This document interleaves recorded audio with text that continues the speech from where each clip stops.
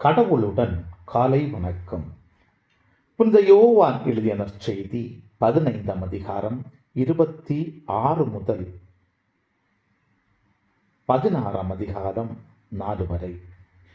அக்காலத்தில் இயேசு தம் சீடரை நோக்கி கூறியது: தந்தையிடமிருந்து நான் உங்களுக்கு அனுப்பப் போகிற துணையாளர் வருவார்.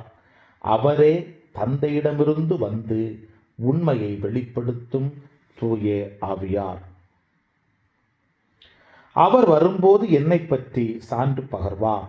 நீங்களும் சான்று பகர்வீர்கள், ஏனெனில் நீங்கள் தொடக்க முதல் என்னோடு இருந்து வருகிறீர்கள். நீங்கள் நம்பிக்கை இழந்து விடாதிருக்க இவற்றையெல்லாம் உங்களிடம் சொன்னேன். உங்களை தொழுகை கூடத்திலிருந்து விலக்கி வைப்பார்கள். உங்களை கொல்லுவோர் கடவுளுக்கு திருப்பணி செய்வதாக எண்ணும் காலமும் வருகிறது.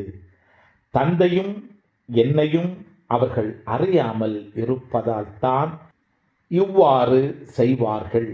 இவை நிகழும் நேரம் வரும்போது நான் உங்களுக்கு இவை பற்றி முன்பே சொன்னதை நினைவுபடுத்திக் கொள்ளுங்கள்.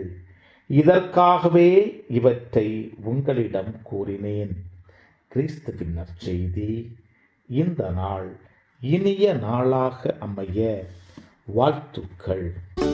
பல பல பல புதுமைகள், பெருமைகள், இனிமைகள் இறங்கிய நல்ல நாள், ஒரு நல்ல நாள், நம் தேவன் தந்த நாள். இது நல்ல நாள், ஒரு நல்ல நாள், நம் தேவன்